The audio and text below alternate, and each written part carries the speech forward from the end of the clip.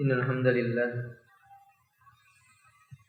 nahmaduhu wa nasta'inuhu wa nastaghfiruhu wa natubu ilayhi wa na'udzu billahi min shururi anfusina wa min sayyiati a'malina man yahdihillahu fala mudilla lahu wa man yudlil fala hadiya lahu. Asyhadu an la ilaha illallah wa anna Muhammadan abduhu wa rasuluhu. Allahumma salli ala Muhammadin wa ala alihi wa ashabihi wa man tabi'ahum bi ihsan ila yaumiddin.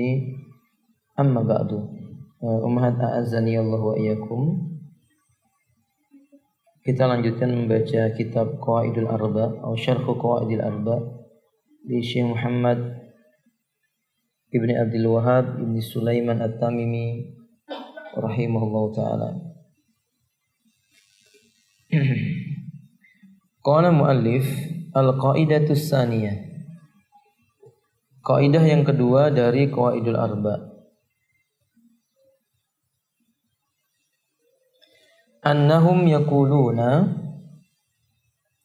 ma da'awna hum wa tawajjuhuna ilaihim illa li talabil qurbah was syafa'ati.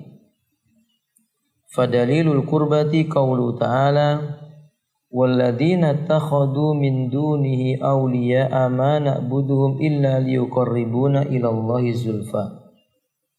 Innallaha yahkumu bainahum fima hum fihi yakhtalifun.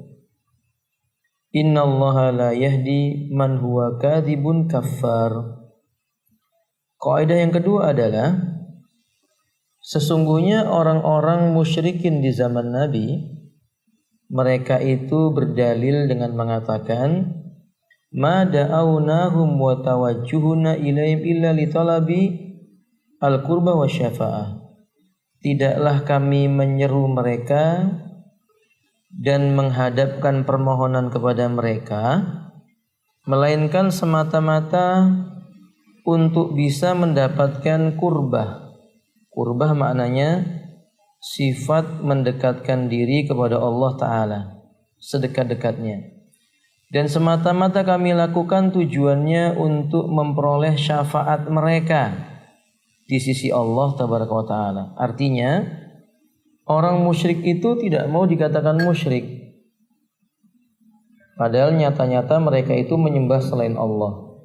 Mereka menyembah Lata, menyembah Uzza, menyembah Manat. Tapi bila dikatakan kalian telah beribadah kepada patung-patung itu, mereka menolak. Mereka katakan ini enggak syirik, karena kami berdoa kepada mereka, menghadapkan urusan kepada mereka itu tujuannya biar kami mendapatkan sifat kurbah di sisi Allah dan supaya kami bisa mendapatkan syafaat mereka di sisi Allah Ta'ala. Bukti bahwasanya mereka mengatakan itu Allah abadikan dalam surah Az-Zumar. Ayat yang ketiga Allah mengatakan walladzina takhadu min dunihi awliya'a. Dan orang-orang yang menjadikan selain Allah adalah penolong bagi mereka, mereka mengatakan mana buduhum, kami ini tidak menyembah mereka illa melainkan liyuqarribuna ilallahi zulfa, agar kami bisa mendekat kepada Allah dengan sedekat-dekatnya. Innallaha, ketahuilah sesungguhnya Allah yahkumu bainahum, dialah yang akan menghukumi di antara mereka fima hum, pada perkara-perkara yang mereka itu di dalamnya yakhtalifun, saling berselisih. Innallaha, sesungguhnya Allah itu la yahdi, tidak akan memberikan hidayah, petunjuk, man huwa, kepada orang yang dirinya kadzibun, pendusta, kafarun, lagi senang mengingkari. Surat Az-Zumar ayat 3. Di sini Allah sebutkan ungkapan orang-orang Quraisy, mereka mengakui Allah ada. Mereka mengakui bahwasanya Allah pencipta dan penguasa alam semesta. Mereka menganggap menjadikan perantara antara mereka dengan Allah, seperti menjadikan wali, orang soleh, orang-orang yang dianggap ahli ibadah, bisa mendekatkan urusan mereka kepada Allah, itu bukan perkara syirik. Menurut mereka demikian. Tapi Allah menyebut mereka itu dengan kalimat innallaha, sesungguhnya Allah la yahdi man huwa kadzibun, tidak akan memberikan petunjuk kepada seseorang yang dia itu kadzib. Apa kadzib? Dia pendusta. Kafar, apa itu kafar? Lagi suka mengingkari. Berarti perbuatan orang-orang itu dianggap kekufuran, bagian dari kesyirikan.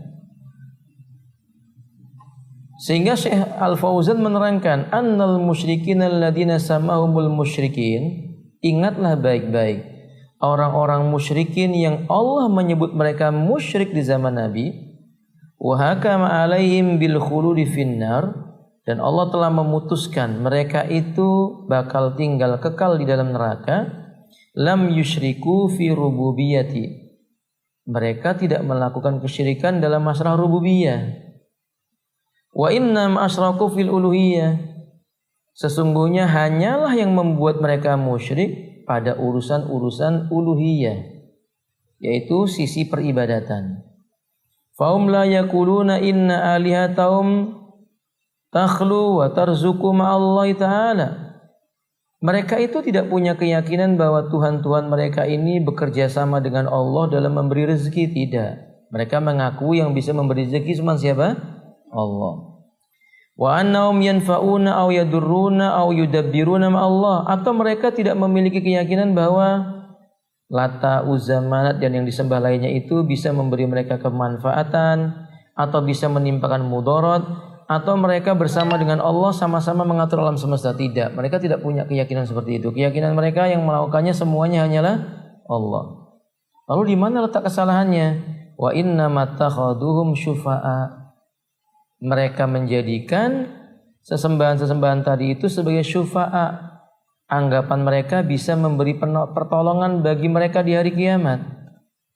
Kama qala Allah Ta'ala anhum, seperti Allah sebutkan tentang mereka, wa ya'buduna min dunillahi ma la yadurhum wa la yanfa'uhum. Mereka itu menyadari menyembah selain Allah sesuatu yang sesuatu yang tidak bisa memudaratkan dan memberikan mereka manfaat. Perhatikan ini Ibu. Berarti orang Quraisy itu tahu sebenarnya Lata, Uzza, Manat gak bisa mendatangkan mudarat, tidak bisa mendatangkan manfaat. Gak bisa menolak mudarat, gak bisa pula mendatangkan manfaat. Mereka percaya itu. Mereka hanya mengakui itu yang bisa melakukannya Allah Subhanahu wa taala. Tapi wa yaqulun, kesalahan mereka berkata, haula'i syufa'auna indallah, yang kami harapkan ini semua adalah pemberi syafaat bagi kami di sisi Allah. Sama kayak sekarang ibu-ibu. Orang datang ke kuburan wali-wali, sujud, ruku, nangis, memeluk kubur, tidur di sana, iktikaf, dikatakan, "Ini engkau beribadah, kenapa engkau sembah kuburan ini?" Kata mereka, "Enggak, kami enggak menyembah kubur ini. Karena kami yakin kubur ini enggak bisa memberi mudarat, enggak bisa memberi manfaat. Cuma yang kami yakini, yang di kubur ini bakal memberi kami syafaat di sisi Allah." Ini letak penyimpangan mereka. Itulah yang menyebabkan Nabi mengutus para rasul untuk memerangi mereka. Hum mu'tarifuna bihada innahum la yanfa'una wa la yadurruna innama takhadu syufa'a, yakni wusata indallahi fi qada'i hawaijihim. Mereka cuma sekedar meyakini kuburan-kuburan tadi itu, patung-patung atau yang semisalnya itu cuma perantara sebentar, perantara sejenak supaya hajat mereka tersampaikan kepada Allah. Yadbakhuna lahum, akhirnya mereka menyembelih ditujukan kepada yang dikubur. Wa yanduruna lahum, bernadar ditujukan kepada yang dikubur. La li'annahum yakhluqun aw yarzuqun aw yanfa'un aw yadurruna, mereka juga meyakini sesungguhnya mereka enggak bisa menciptakan, sesembahan itu enggak bisa memberi rezeki, tidak bisa memberi manfaat, tidak bisa memudaratkan, dan yang lain-lainnya. Wa inna mali'annahum yatawassatuna indallah, sekedar menjadikan benda-benda tadi perantara antara dia dengan Allah, itu sudah dianggap salah. Wa yasfa'una indallah, beranggapan itu semua bisa memberinya syafaat di sisi Allah. Itu sudah salah. Hadi akidatul musyrikin, karena ini adalah akidahnya orang musyrikin. Akidahnya Abu Jahal, akidahnya Abu Lahab, dan orang-orang yang binasa seperti mereka itu. Ibu, mari kita bandingkan di zaman sekarang. Kalau di zaman dulu masih mengakui Allah memberi rezeki, menolak mudarat, mendatangkan manfaat, menjadikan orang soleh cuma perantara yang sudah meninggal dunia. Kalau di zaman sekarang malah punya keyakinan rezeki datang dari si penghuni kubur. Makanya mereka datang berbondong-bondong ke sebuah kuburan dengan harapan mereka bisa berubah rezekinya menjadi kaya raya dalam masalah harta. Kalau usia lebih panjang umur. Kalau dagang biar cepat laris. Ini kan bentuk kesyirikan yang nyata. Wa anta lamma tanaqasul an kuburiyan minal kuburiyin yaqul hadhil maqalati sawa'un bisawa, yaqul ana adri ana hadzal waliyyu aw hadzal rajulus shalih la yadur wa la yanfa. Kalau ibu ketemu aja dengan model-model orang kayak begini, mereka ini penyembah-penyembah kubur.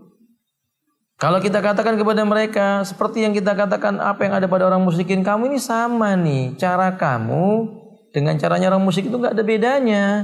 Mereka mengatakan kami menyadari bahwa wali-wali yang dikubur ini atau lelaki soleh yang dikubur ini mereka nggak bisa mendatangkan manfaat, mereka nggak bisa menolak mudarat. Walakin akan tetapi huwa rajulun soleh, dia kan orang soleh. Wa uridu minhu syafa'ah, orang soleh itu kan bisa langsung ke Allah. Saya berharap dia memberi syafaat ketika dia bicara kepada Allah nanti di hari kiamat. Nah, ini ucapan mereka begitu, Umat. Persis sama seperti orang-orang musyrikin di zaman dahulu. Itu namanya syubhat.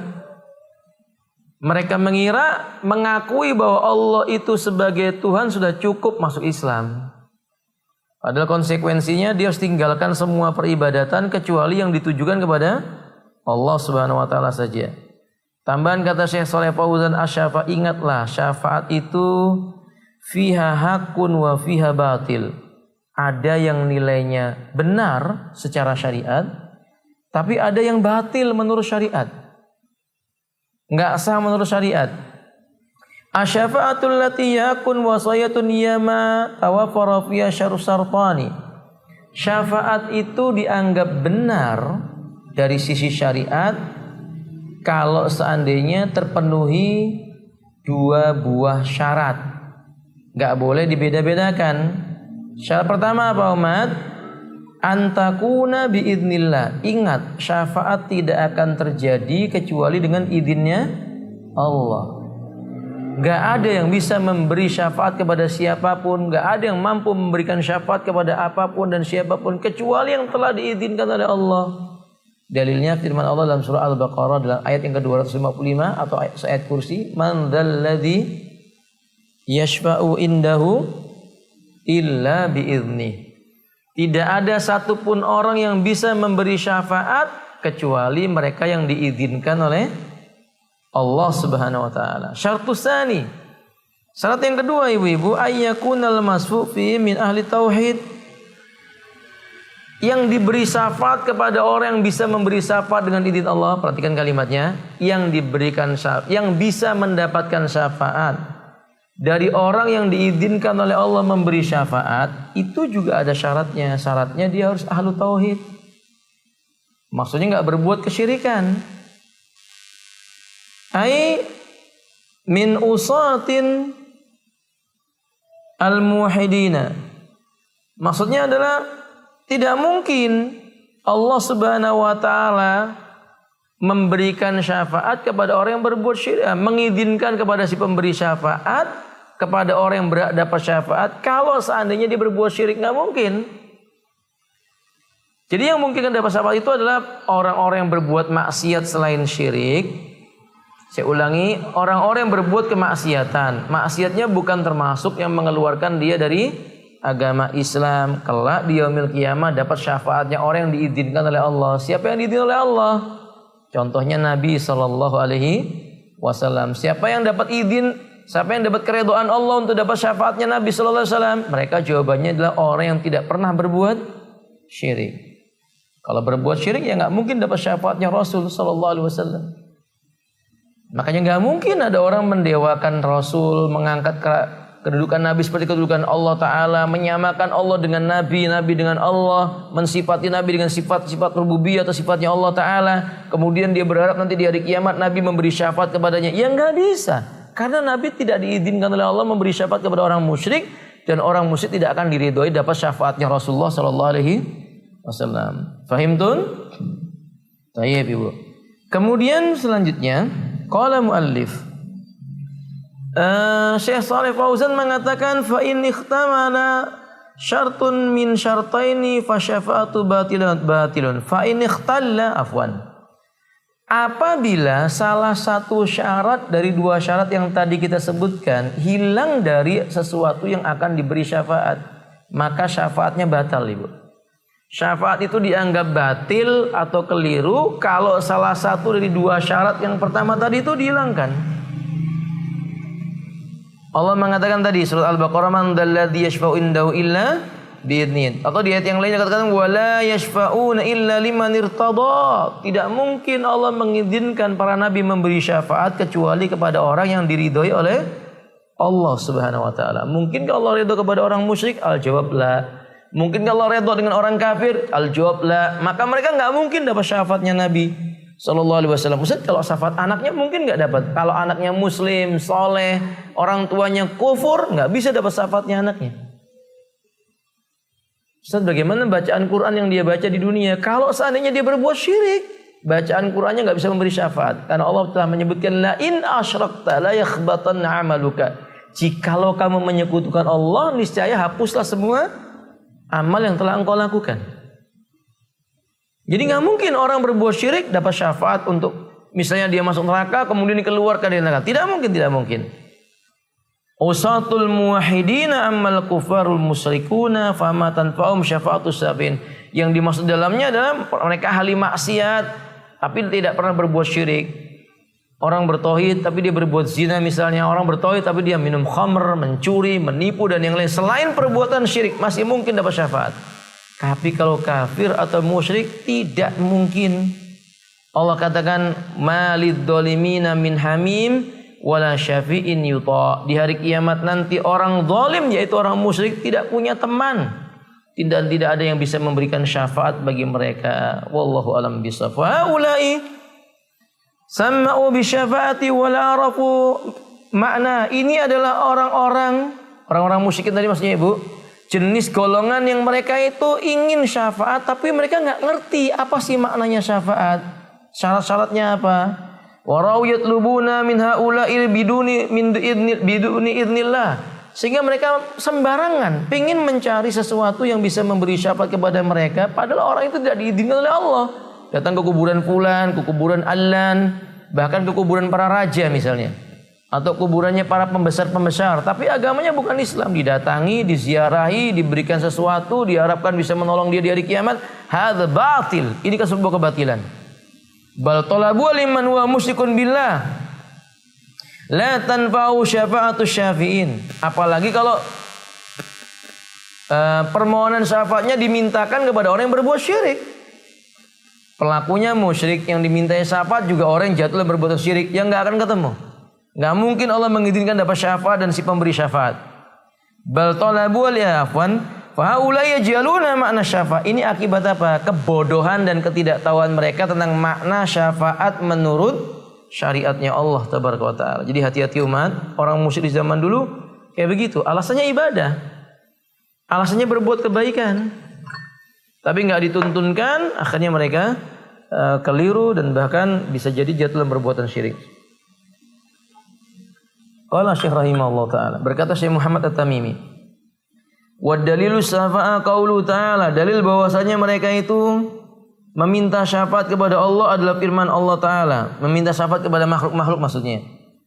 Wa ya'buduna min dunillahi ma la yadurrum wa la yanfa'uhum wa yaquluna haula'i syufa'auna indallah.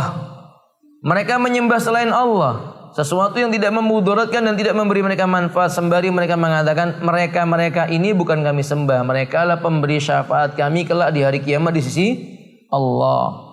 Wallahu ta'ala alam bisawab. Wasyafa'atu syafa'atani. Kata Syekh Muhammad At-Tamimi, syafaat itu ada dua macam. Syafaatun manfiyah. Pertama, syafaat yang tidak mungkin diterima. yakni syafaat yang ditiadakan atau ditolak. Yang kedua, wasafaatun musbatatun, dan syafaat yang ditetapkan dalam Al-Qur'an, musbitatun maksudnya. Syafaat yang ditetapkan oleh syariatnya Allah Ta'ala, boleh dikerjakan. Wasafaatul manfiyah, syafaat yang ditolak adalah maka natutlabu min ghairillah, sebuah syafaat yang diminta kepada selain Allah. Fima la yaqdiru alaihi illallah, pada perkara-perkara yang tidak mungkin orang lain bisa melakukannya kecuali Allah. Wad dalilu, dalilnya firman Allah Ta'ala, ya ayyuhalladzina amanu, hai orang-orang yang beriman, anfiku mimma razaqnakum, nafkahkanlah oleh kalian sebagian dari apa yang telah kami karuniakan kepada kalian. Min qabli ayyatiya yaumun, sebelum datang suatu hari, la bai'un fi, tidak ada lagi jual beli di dalamnya, wala khullatun wala syafa'atun, enggak ada teman, enggak ada pula yang memberi syafaat, wal kafiruna humudz zalimun, orang kafir itu merekalah orang-orang yang zalim. Ini menunjukkan bahwa ada syafaat yang ditolak. Ada syafaat yang ditetapkan. Apa itu? Hiyallati tutlabu minallah, syafaat yang dituntut hanya ditujukan kepada Allah. Wasyafi mukramun bisyafaati, si pemberi syafaat tadi dimuliakan oleh Allah. Wal masfu, sedangkan yang diberi syafaat oleh si pemberi syafaat tadi, man radiyallahu, diridhoi oleh Allah. Qaulahu wa amalahu, perbuatannya, perkataannya, ba'dal idzni, setelah diizinkan, kama qala ta'ala, maksudnya orang yang diberi syafaat oleh Nabi adalah orang yang diridhoi oleh Allah setelah Allah mengizinkan Nabi memberinya syafaat. Misalnya Nabi memberi syafaat kepada orang yang berbuat maksiat dari umatnya Nabi yang enggak berbuat syirik. Allah redha kepada orang itu, diberi syafaat, maka diringankan hukumannya, bahkan dihapuskan. Tapi kalau orang musyrik kayak siapa? Seperti Abu Thalib, ia musyrik, meninggal dunia, Nabi meminta agar dia diselamatkan dari neraka, tidak bisa, karena orang musyrik ketentuan Allah tinggalnya di mana? Neraka dan kekal di dalamnya. Walaupun Nabi itu orang yang diizinkan sama Allah, tapi yang mau diberi syafaat sama Nabi nggak diridhai sama Allah karena musyrik. Allah nggak redha sama orang musyrik, nggak sampai, syafaatnya nggak akan bisa sampai kepadanya. Ini perlu diingat nih baik-baik umat. Azza wa yakum. Makanya orang datang ke kuburannya walinya nggak salah, tapi sujud rukuk sama wali, berharap walinya nanti memberi syafaat kepada dia. Kalau wali itu diizinkan sama Allah memberi syafaat, yang minta syafaat kepada wali nggak mungkin diizinkan karena berbuat syirik. Sujud sama kuburannya, mengkultuskan kuburannya, nggak mungkin diizinkan sama Allah wali ini memberi syafaat kepada orang seperti itu. Seandainya itu benar-benar walinya Allah Subhanahu wa ta'ala. Hada umat azza wa yakum. Jadi enggak sembarangan mengatakan bahwa syafaat ini pokoknya sama siapa saja yang kita anggap dia bisa menolong kita lalu kita minta kepadanya. Tidak demikian. Wallahu alam bisawab. Dalilnya tadi sudah kita baca, surah Al-Baqarah 255. Wa qala Syekh, berkata Syekh Saleh Fauzan, ibu-ibu kata beliau, asy-syafa'atu, kata Syekh Saleh Fauzan, syafaat itu lahu syurutun walaha quyudun. Laha syurutun wala quyudun. Syafaat itu ada syarat dan ada beberapa poin-poin yang mengikat. Laisat mutlaqah, bukan sesuatu yang sifatnya terbuka umum, tapi ada sesuatu yang sifatnya mengikat. Fasyafa'atu syafa'atani, syafaat ada dua macam, kata Syekh Saleh Fauzan. Syafaatun nafahallahu jalla wa ala wa yasafatu bi ghairil idnihi, syafaat yang ditiadakan oleh Allah, yaitu syafaat di mana pelakunya tidak diizinkan oleh Allah. Fala yashfa'u ahadun indallahi illa bi idni, maka tidak ada satu pun yang bisa memberi syafaat kepada orang lain kecuali yang diizinkan oleh Allah. Bahkan Nabi enggak bisa memberi syafaat kepada orang lain kalau enggak diizinkan sama siapa? Ini menandakan bahwasanya Allah yang punya hak tentang syafaat, tapi Nabi diizinkan sama Allah. Untuk siapa? Untuk orang yang diridhoi oleh Allah. Kalau enggak diridhoi sama Allah, ya enggak. Walaupun dia membaca sholawat misalnya atas Nabi 1.000.000 kali, 1.000.000.000 kali, atau berkali-kali, tapi kemudian ternyata dia musyrik, enggak mungkin Nabi memberi syafaat kepada orang yang enggak diridhoi seperti itu. Wallahu taala alam bisawab. Wa hiya syafa'atu bi ghairi idnihi subhanahu wa ta'ala fala yashfa'u ahadun indallahi illa bi idni wa afdalul khalqi, dan manusia yang paling utama, makhluk yang paling baik, khatamun nabiyyin, penutupnya para nabi dan rasul, Muhammad ibni Abdillah sallallahu alaihi wasallam, idza arada ayasfa li ahlil mauqif yaumal qiyamah ya kharru sajidan. Sampai pun beliau kelak di yaumil qiyamah bila ingin memberi syafaat kepada orang-orang yang muslim, berharap nabi kepada Allah agar diampuni kesalahannya, nabi lakukan dengan cara tersungkur sujud di hadapan Rabb-nya, berdoa, memujinya, menyanjungnya, terus menerus sujud, nggak diangkat kepalanya, sampai kemudian baru Allah mengatakan irfa ra'sak wa qul tusma wasfa tusyaffa. Angkat kepalamu hai Muhammad, ucapkan apa yang kamu ucapkan akan didengar, dan berilah syafaat siapa yang kamu hendaki maka diizinkan bagimu memberinya syafaat. Yani setelah diizinkan oleh siapa? Allah, baru Nabi bisa memberikan syafaat. Kalau enggak. Makanya sekarang kalau ada orang datang ke kubur-kubur lalu mengatakan ini pasti memberi syafaat kepada kita, dalilnya mana? Loh, Nabi aja di yaumil qiyamah itu sujud yang lama sekali sampai Allah izinkan baru dia memberi syafaat. Sekarang di dunia manusia Masya Allah minta syafaatnya kepada kuburan-kuburan, berharap nanti di yaumil qiyamah dia bisa memberi syafaat kepadanya, padahal tidak ada dalil yang menyebutkan bahwa orang ini memberi syafaat buat dia. Yang lebih parah, sebagian orang mengatakan, mengklaim dia bisa menolong murid-muridnya di yaumil qiyamah nanti. Kalau seandainya terjadi kiamat, kata dia, nanti dia yang akan berhadapan sama Allah, akan berhujah dengan Allah, membela teman-temannya. La haula wala quwata illa billah. Pada hari itu malaikat Jibril aja nggak sanggup mengangkat suara. Hada wa syafaatul musbita aw musbata hiya allati takun li ahli tauhid. Sedangkan syafaat yang diperbolehkan, diizinkan, ditetapkan oleh syariat lah syafaat untuk ahli tauhid yang berbuat maksiat. Ya mungkin ahli tauhid berbuat maksiat. Di zaman Nabi juga terjadi umat. Ada orang bertauhid tapi minum khamr, dicambuk, tapi dia bertauhid. Nah, ada beberapa orang dia ini bertauhid, tidak berbuat syirik, tapi dia jatuh perbuatan dosa yang lainnya. Mungkin minum khamr, mungkin mencuri. Ini memungkinkan dapat syafaatnya Nabi SAW selama tidak berbuat kesyirikan. Nah, dan beliau mengatakan fal musyriku la tanfa'uhu syafa'atun waladhi yuqaddimul qarabina lil kuburi wan nuduri lil kuburi hada musyrikun la tanfa'uhu syafa'ah. Orang musyrik walaupun mereka membaca sholawat tapi datang ke kuburan, berbuat kesyirikan, takarub alasannya, bernadar kepada yang dikubur, itu perbuatan syirik, nggak mungkin, nggak bermanfaat syafaat diberikan kepadanya, karena Allah nggak redha sama orang seperti ini. Kesimpulan, berarti syafaat ada dua macam, yang ditetapkan dan yang ditiadakan. Orang yang memberi syafaat harus diizinkan oleh Allah, dan orang yang diberikan syafaat oleh orang yang memberi syafaat harus diridhoi oleh Allah Subhanahu wa taala. Qala Syekh rahimahullah taala, Syekh berkata al-qaidatus salisah, kaidah yang ketiga. Kaidah yang ketiga, annan nabiyya sallallahu alaihi wasallam, sebentar Umat,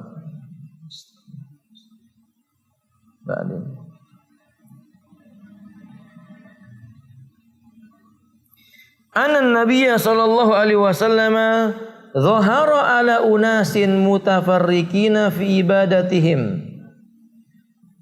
Sesungguhnya Nabi SAW, Allah tampakkan atas Nabi tentang kondisi manusia yang mereka itu bermacam-macam dalam tata cara ibadahnya. Minhum may ya'budul malaika. Di antara manusia ketika itu ada yang menyembah dalam hidupnya malaikat. Wa minhum may ya'budul anbiya was salihin.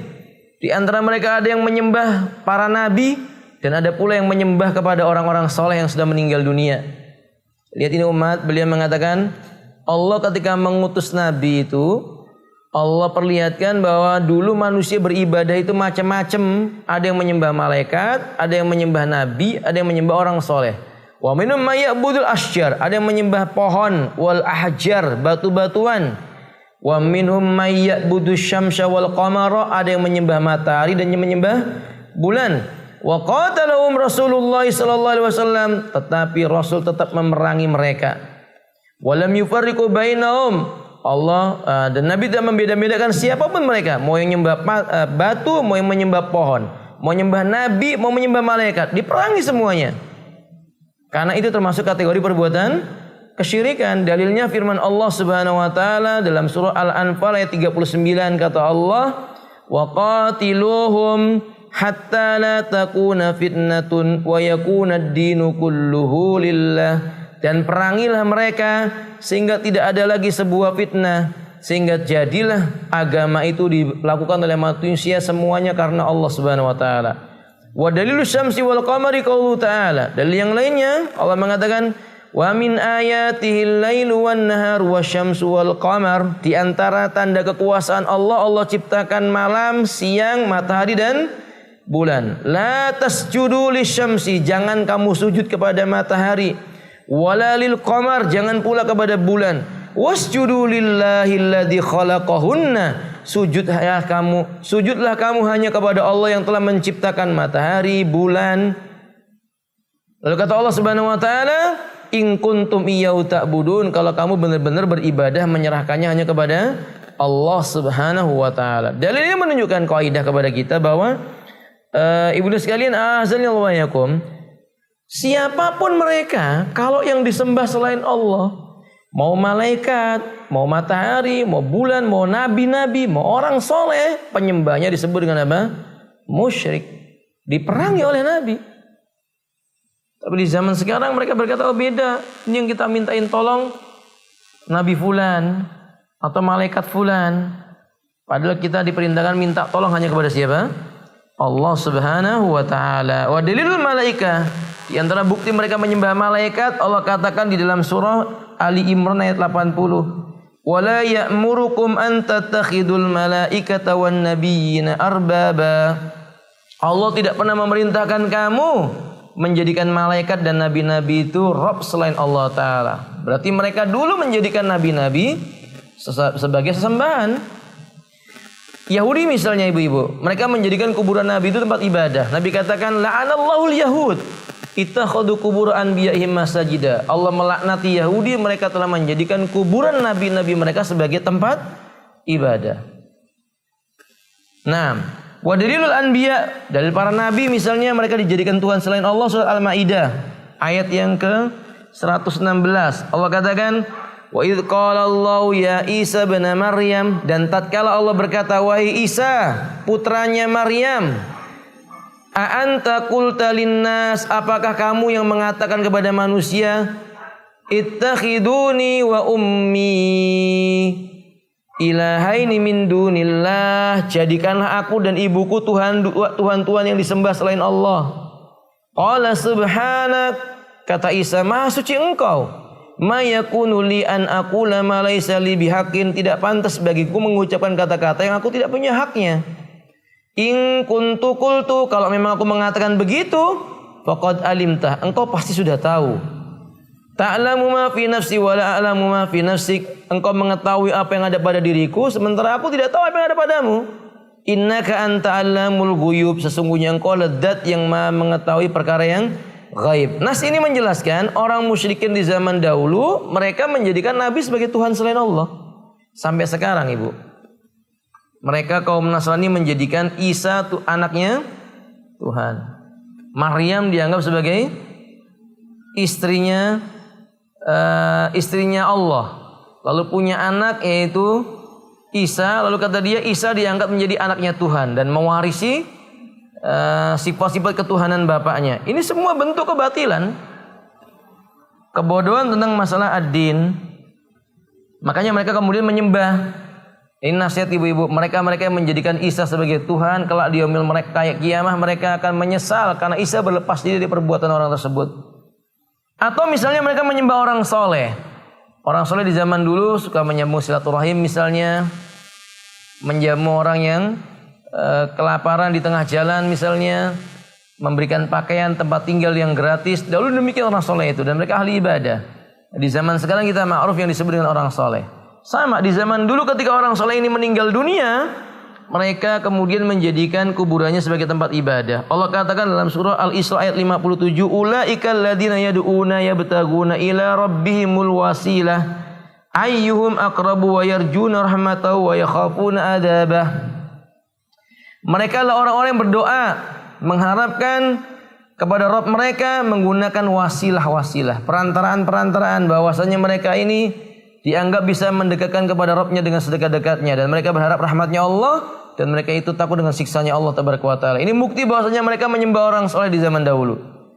Dalil mereka menyembah batu dan pohon-pohonan. Allah misalnya menyebutkan dalam Al-Qur'an, wal ahjari afara'aitumul lata wal uzza wa manata salisatal ukhra. Yani apakah bagaimana pendapat kalian tentang Lata, Uzza, Manat dan selainnya?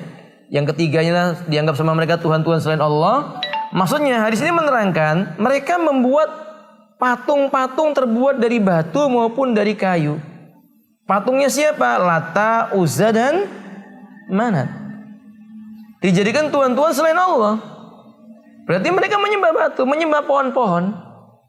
Sama di zaman sekarang ada yang menyembah lautan, ada yang menyembah langit, ada yang menyembah matahari, ada yang menyembah waktu siang, ada yang menyembah waktu malam, ada yang menyembah malaikat dan yang lain-lainnya. Ini tentu saja merupakan bentuk kemusyrikan. Abu Waqid Al-Laitsi mengatakan, kharajna ma'an Nabi sallallahu alaihi wasallam ila Hunain. Suatu ketika kami keluar bersama Nabi menuju perang Hunain. Wa nahnu hudasa'u ahdi bi kufrin. Pada saat itu kami baru-baru saja masuk Islam. Wal musyrikina sidratun. Orang musyrik itu punya sebuah pohon sidr. Yaqufuna inda. Sebelum perang mereka berdiri di samping pohon itu. Wa yanutuna bi aslihatum. Pedang-pedangnya digantungkan di pohon itu. Yuqalula, pohonnya namanya Dzatu Anwat. Pohonnya namanya Dzatu Anwat. Famarorna bisidratin. Akhirnya kami pun melewati sebuah pohon sidr juga. Faqulna, kami katakan, ya Rasulullah, wahai Rasulullah, ij'al lana dzata anwatin kama lahum dzatu anwat. Buatkan untuk kami dzatu anwat seperti dzatu anwatnya orang musyrikin. Hadis ini sahih, Nabi mencela orang. Nabi kemudian mengingkari perbuatan itu. Nah, sini menjelaskan bahwa dahulu orang-orang musyrik mereka menjadikan tuhan-tuhannya berupa patung-patung, pohon-pohonan yang dijadikan patung atau batu-batuan yang dikeramatkan. Sampai sekarang perbuatan ini ada. Tapi nggak diingkari oleh kaum muslimin kecuali yang dirahmati oleh Allah Ta'ala. Kalau kita ingin tahu hakikat tauhid, kita harus ngerti. Menyembah sesuatu selain Allah, bentuknya nggak mesti berbentuk patung. Mau bentuknya malaikat, mau bentuknya nabi, mau bentuknya orang soleh, selain Allah tidak pantas untuk disembah. Sekalipun Nabi SAW. Ini kaidah penting yang harus kita pegangi, karena orang-orang pada zaman sekarang, umat azanillahu wa iyyakum, tidak paham tentang kaidah ini, lalu mereka merasa tetap berada dalam kondisi tauhid, berada dalam agama tauhid, padahal mereka sudah merusak tauhidnya. Karena sikap yang tadi itu, mempercayai batu-batu tertentu mendatangkan manfaat begini dan begitu. Dahulu kan sempat ramai apa itu Ibu? Batu petirnya ya. Batu petirnya siapa itu namanya itu? Lupa saya, yang anak-anak itu. Siapa Bu? Oh, Masya Allah, ibu-ibu masih hafal. Ponari ya. Nah, mereka menganggap ini bisa mendatangkan manfaat. Allahul musta'an. Sehingga orang berebut batunya dicelupkan ke air minum mereka. La haula wala quwata illa billah. Ini kesyirikan. Tapi kalau mereka disebut ini syirik, mereka nggak ngaku. Enggak, ini nggak syirik. Ini nggak syirik kata mereka. Allahul musta'an. Belum lagi penyembah kubur. Berbondong-bondong datang ke kuburan. Berebut datang ke kuburan. Kuburan lebih makmur dibandingkan masjid-masjid. Datang ke sana sujud minta kepada yang dikubur. Perbuatan syirik. Tapi kalau diberitahu ini syirik, kata mereka enggak, ini enggak syirik. Ini cuma dalam rangka mendekatkan diri kepada Allah Subhanahu wa taala. Hadza umat. Ini sama persis dengan orang-orang musyrikin itu. Ini hati-hati. Penyakit kesyirikan seperti ini merajalela.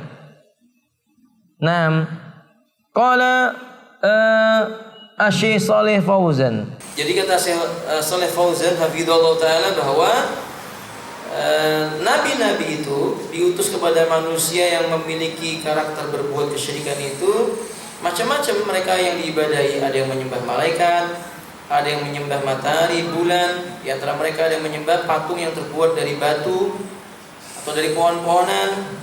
Di antara mereka ada yang memiliki keyakinan wali-wali dan orang soleh bisa menolong mereka. Ini namanya menyembah. Jadi intinya sama dengan kondisi orang di zaman sekarang. Wa hada min qabhi syirki. Ini bahkan termasuk, kata beliau, jenis kesyirikan yang paling jelek, di mana yang kita jumpai pada hari ini. Kalau seseorang menggabungkan semuanya, beda dengan orang zaman dulu. Orang dulu kalau udah nyembah matahari, matahari tok, menyembah bulan ya bulan tok, begitu. Malaikat ya malaikat. Kalau sekarang sebagian orang semuanya disembah. Ini berbeda dengan apa? Agama tauhid. Agama yang memerintahkan bahwa yang disembah cuma Allah Subhanahu wa taala. Kalau kita katakan kepada mereka, arbabum mutafarriquna khairun amillahil wahidul qahhar?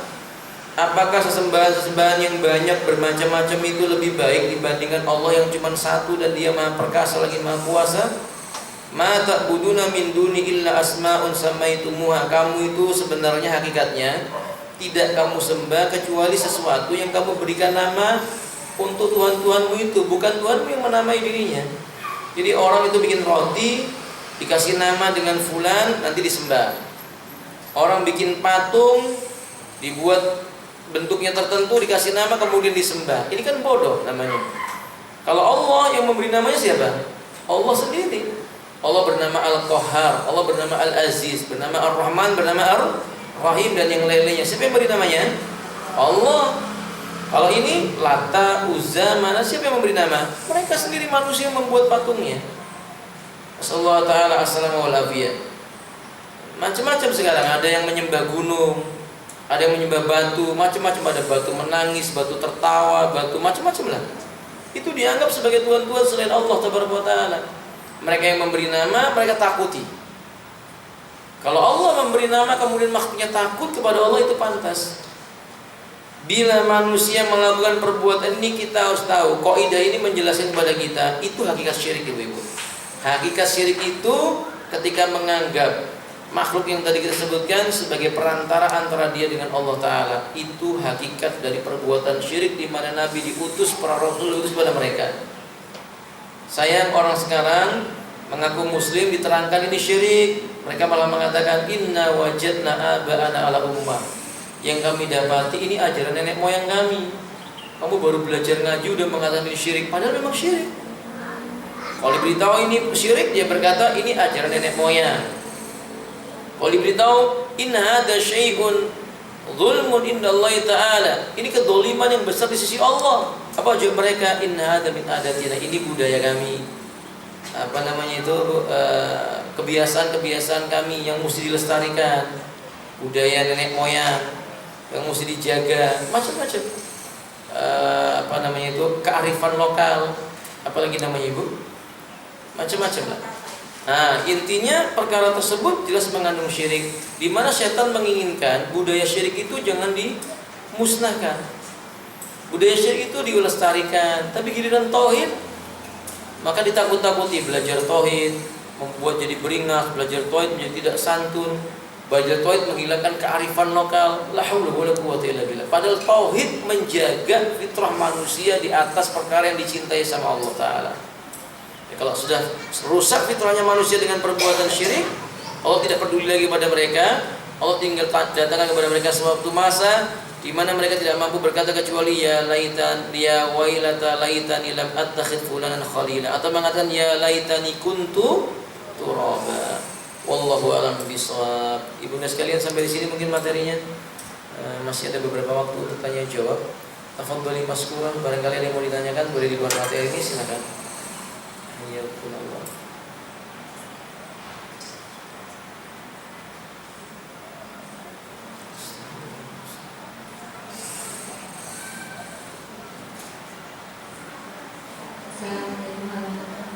Assalamualaikum. Ustaz, tadi namanya syafaat, ada syafaat itu hanya untuk di dunia atau hanya posisi akhirat tidak ada syafaat itu? Kalau yang dimaksud ibu, siapa yang berhak mendapat syafaat? Kalau ini pertanyaan maksudnya, maka yang berhak mendapat syafaat setiap umatnya Nabi. Syaratnya umatnya Nabi tersebut tidak berbuat syirik. Kedua, siapa yang bisa memberi syafaat umatnya Nabi? Jawabannya, sesuai dengan dalil. Ada macam-macam, ada beberapa hal yang bisa memberi syafaat buat umatnya Nabi. Misalnya amal soleh berupa bacaan Quran, itu memberi syafaat dia. Kemudian kalau dari kalangan manusia, siapa yang bisa memberi syafaat?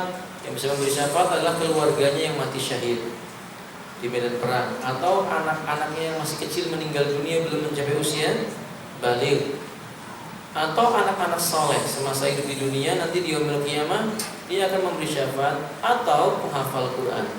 Kalau dia punya anak yang hafal Quran, anaknya akan memberi syafaat kepada orang tuanya. Dan yang terakhir baru Nabi. Para Nabi dan Rasul memberi syafaat, itu pun setelah diizinkan oleh siapa? Allah Subhanahu Wa Taala. Kalau pertanyaannya, nah itu nanti syafaatnya terjadinya kapan? Syafaatnya terjadi kalau udah di hari kiamat. Cara mintanya gimana Ustaz? Mintanya kepada Allah, bukan mintanya kepada Nabi. Mintanya kepada Allah. Misalnya, ya Allah, jangan engkau haramkan syafaatnya Nabimu untukku. Itu bukan, wahai Nabi beri aku syafaat. Nabi gak bisa menjawab, karena Nabi itu apa? Makhluk.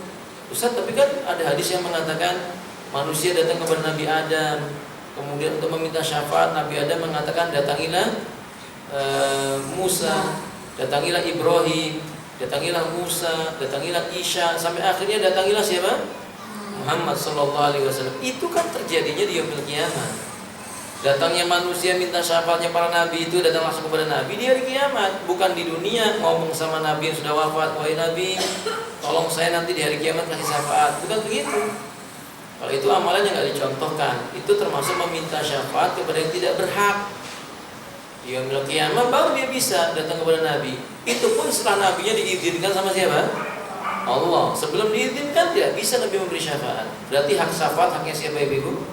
Allah Subhanahu Wa Taala. Jangan bosan mengucapkan kalimat Allahumma la tuharim alayya syafaata nabiyika Muhammadin sallallahu alaihi wasallam. Ya Allah, jangan engkau haramkan syafaatnya Nabimu sallallahu alaihi wasallam untukku di yaumil qiyamah. Fahim tuh? Wallahu a'lam bishawab.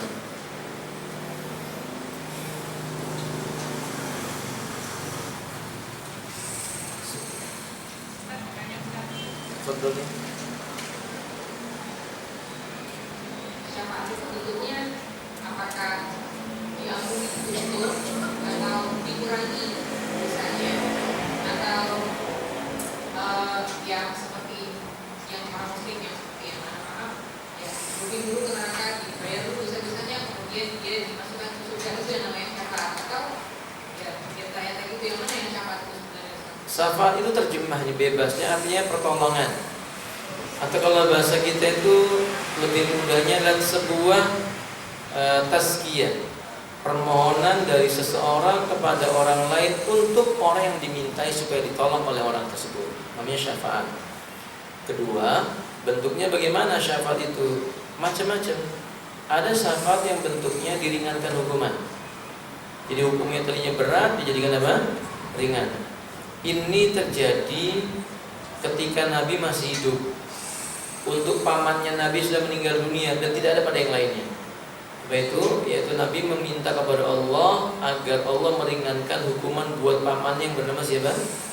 Abu Thalib. Maka Abu Thalib itu dimasukkan neraka yang paling ringan. Neraka yang paling ringan ketika kaki menginjakkan kaki di neraka itu, naudzubillah, seketika itu otaknya mendidih. Naudzubillah min dzalik. Ini yang paling ringan. Adapun kepada umatnya Nabi, syafaatnya macam-macam, tadi juga sama. Ada yang menjadikan sebab diringankan, ada yang menjadi sebab dihapuskan semua kesalahannya kemudian dimasukkan surga.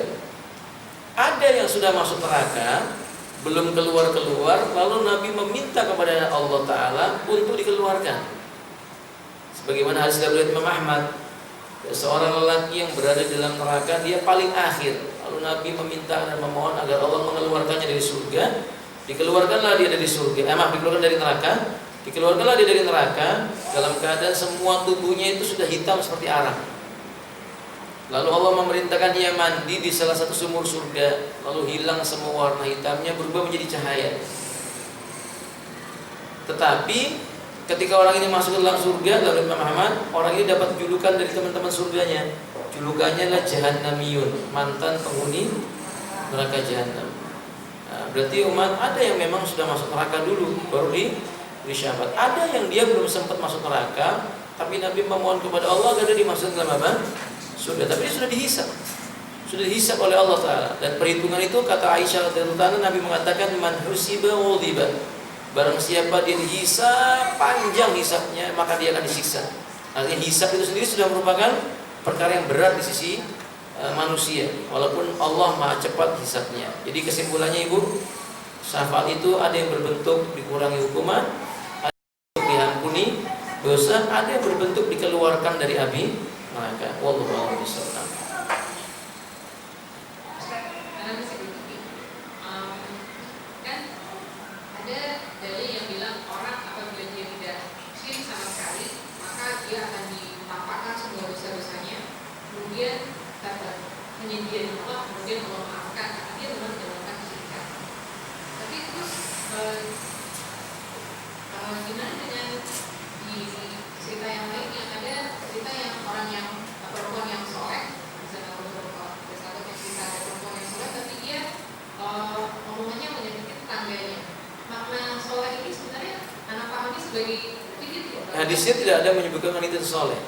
Hadisnya begini, sebentar Ibu sebelum saya jawab hadis itu. Yang pertama, tentang orang yang tidak pernah berbuat syirik. Di antara keutamaan tauhid adalah ketika orang itu tidak pernah berbuat syirik, di yaumil qiyamah Allah akan ampuni kesalahannya. Yang perlu dicatat, maksudnya adalah anna maksiyatahu tahta masyiatillah. Anna dzunubahu tahta masyiatillah. Dosa-dosa yang dia lakukan itu berada di bawah kehendaknya Allah. Kalau Allah mau ampuni langsung itu haknya Allah. Dan ada memang orang yang berbuat jahat tapi gak pernah berbuat syirik, lalu tiba-tiba Allah ampuni dia tanpa disiksa sama sekali. Itu terserah Allah. Tapi ada yang Allah siksa dulu, kemudian baru dimasukkan dalam apa? Surga. Intinya orang yang berbuat dosa selain syirik tidak mungkin kekal di dalam apa? Itu haknya Allah. Loh, kenapa mesti dibeda-bedakan Ustaz? Allah tidak ditanya. Allah itu tidak ditanya, akan tetapi kita hambanya yang ditanya oleh Allah Subhanahu wa Ta'ala. Apa itu tandanya adil Ustaz? Iya, karena Allah lebih tahu isi hati manusia. Sebab itu Allah tahu kenapa dia mesti disiksa, kenapa yang tidak disiksa. Allah lebih tahu. Berkaitan dengan hadis yang tadi itu, bagaimana hadis yang mengatakan bahwa ada wanita yang lelaki datang kepada ada seorang lelaki datang kepada Nabi, ya Rasulullah, indijar, saya punya seorang tetangga wanita. Taqumi minal lail, malam harinya dia salat. Wa shamat fi nahariha, di siang harinya dia berpuasa. Wa yatasaddaqna, dan dia bersedekah. Walakin akan tetapi kata lelaki ini, la yusallimu ahadun qad min jariha, tidak ada satu tetangganya pun yang selamat darinya min lisani, dari kejelekan min lisani, jeleknya lisannya. Jadi cerita singkatnya begini, laki-laki ini mengadu ada orang yang rajin ibadah. Nabi tidak, orang ini tidak mengatakan orang soleh, dia menyebutnya rajin apa? Ibadah. Sholat malam, puasa di siang hari, mengeluarkan sedekah. Tapi tetangga-tetangganya nggak ada yang selamat dari kejelekan lisannya. Paham?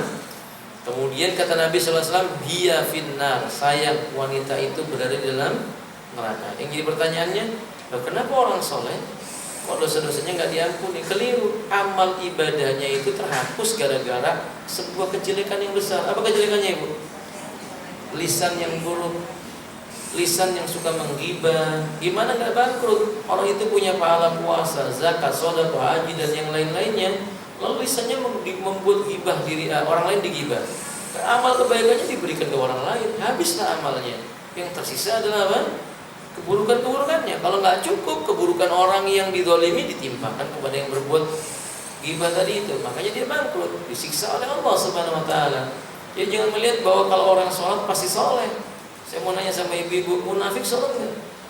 Sholat. Jadi kalau pertanyaannya, loh kenapa ini tampak soleh kok disiksa? Barangkali yang rusak dan Allah lebih tahu tentang dirinya yang tersimpan di dalam jiwanya.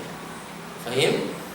Ingat berarti ibu-ibu, kadang-kadang manusia menyangka telah berbanyak berbuat kebaikan, sholat, puasa, zakat, datang ke majelis ilmu, tapi kemudian itu semua hapus gara-gara sebuah dosa. Dosa apa itu ibu?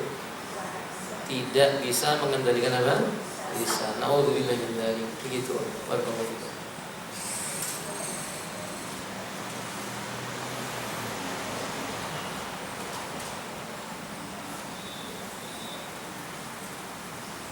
Intahitunna.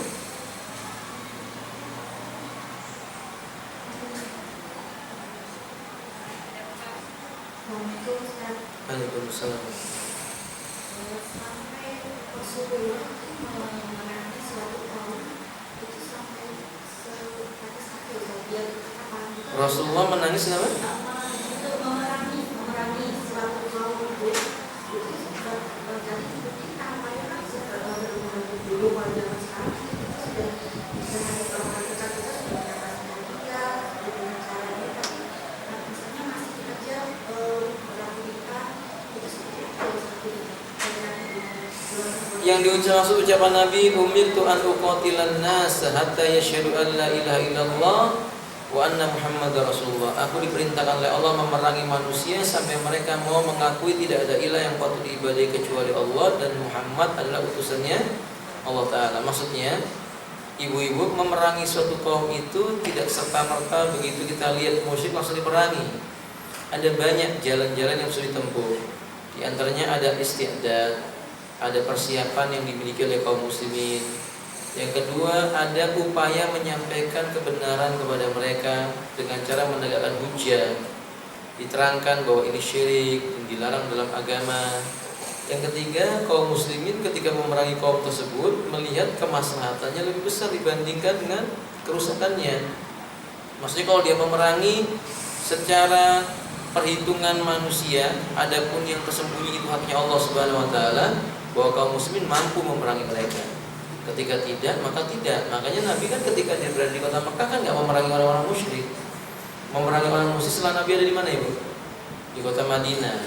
Nah, kalau ditanyakan sebatas apa bentuk memeranginya, karena Nabi punya kekuatan pedangnya pakai pedang. Kalau saat ini bagaimana aplikasinya? Kalau sekarang kita punya anggota keluarga, mereka ini berbuat kesyirikan, nasihat sudah ditegakkan, hujah telah disampaikan, ia menyadari bahwa perbuatannya memang syirik, tapi tetap mengingkari bahwa itu bukan perbuatan syirik. Yang mampu kita lakukan adalah mengingkari menggunakan hati. Gimana mengingkari dengan menggunakan hati? Ditinggalkan. Kalau dia bicara, nggak usah ditanggapi. Kalau dia ada, ditinggal pergi. Kalau ketemu dengan dia, pilih jalan yang lain supaya dia merasa dirinya itu dikecilkan sama orang yang ada sekelilingnya. Lalu dia taubat, tujuannya biar taubat. Tapi catatan Ibu, seandainya cara itu tidak membuat lebih baik, dia makin menjadi-jadi dengan perbuatan syiriknya, maka jangan lakukan hal itu. Lakukan dengan cara bagaimana? Didoakan kepada Allah supaya dia diberi hidayah oleh Allah Subhanahu wa taala. Ini bentuk memerangi perbuatan syirik. Bukan datang diam-diam kemudian patungnya kepalanya dipotong kayak Nabi Ibrahim. Sementara ibu tidak punya kekuatan, kalau ini dilakukan akan timbul fitnah. Ya tentu jangan dilakukan seperti itu. Tapi kalau kita itu anggota keluarga kita, ibu misalnya membiayainya, dia datang ke dukun, dia suka berbuat sihir, tapi ibu mau suka memberi nafkah kepadanya, hentikan nafkahnya sampai dia mau meninggalkan dunia syiriknya tersebut. Itu diantaranya bentuknya demikian. Wallahu a'lam bishawab. Kalau kaitannya dengan ayat ini, gimana? tidak ada paksaan dalam agama itu. Allah mengatakan la ikraha fid din, tidak ada paksaan di dalam beragama. Begini Ibu, ayat ini ketika Islam sudah memiliki kekuasaan, maka tinggal di negeri Islam itu bukan hanya orang Islam, ada orang Yahudi, ada orang Nasrani. Mereka sudah diberitahu bahwa yang patut disembah hanyalah apa? Allah. Kemudian mereka nggak mau, mereka nggak mau masuk agama Islam lah. Tapi mereka tunduk dengan aturan Islam. Perhatikan ini Ibu, mereka tunduk dengan aturan Islam. Misalnya, kalau mereka keluar rumah nggak boleh menampakkan auratnya di depan laki-laki, bukan mahramnya, walaupun mereka agamanya bukan agama Islam. Kalau ada di antara mereka berbuat zina, tetap hukumannya dengan cara-cara Islam, yaitu dihukum apa? Raja. Kalau seandainya mereka mencuri, hukumnya dia makan dipotong tangan. Kalau mereka tinggal di negeri Islam, ya kan di pasar, mau masuk Islam silakan, itu baik. Kalau nggak mau masuk Islam, Islam nggak maksa, tapi ada ketentuan. Apa ketentuannya? Membayar jizyah, membayar jizyah kepada kaum muslimin untuk kepentingan dakwah, dan mereka tidak boleh menampakkan agamanya terang-terang di negerinya kaum muslimin. Itu yang dimaksud dengan la ikraha fid din. Ya ente nggak mau masuk Islam, kita nggak apa-apa, tapi aturan Islam diikuti karena itu agamanya kaum muslimin di negeri di mana ditegakkan hukum Islam kepada mereka. Itu yang dimaksud dengan la ikraha fid din. Paham, Mama? Maka di zaman Nabi ketika terjadi perang dengan orang-orang Quraisy nggak dipaksa masuk Islam. Kalau mau masuk Islam, alhamdulillah. Kalau nggak, sudah, mereka bayar jizyah. Bayar jizyah kepada Nabi, bagikan kepada kaum muslimin. Kalau nggak mau bayar jizyah, ya suruh cari negeri yang lain. Karena negeri itu negerinya kaum muslimin. Kalau semua negeri udah Islam, Ustaz, negerinya kaum muslimin semua, ya dia suruh cari bumi yang lain. Karena bumi ini milik siapa? Allah Subhanahu wa taala. Baik, ini yang disebut dengan la ikraha fid din. Demikian ya, wallahu a'lam bishawab. Kelas?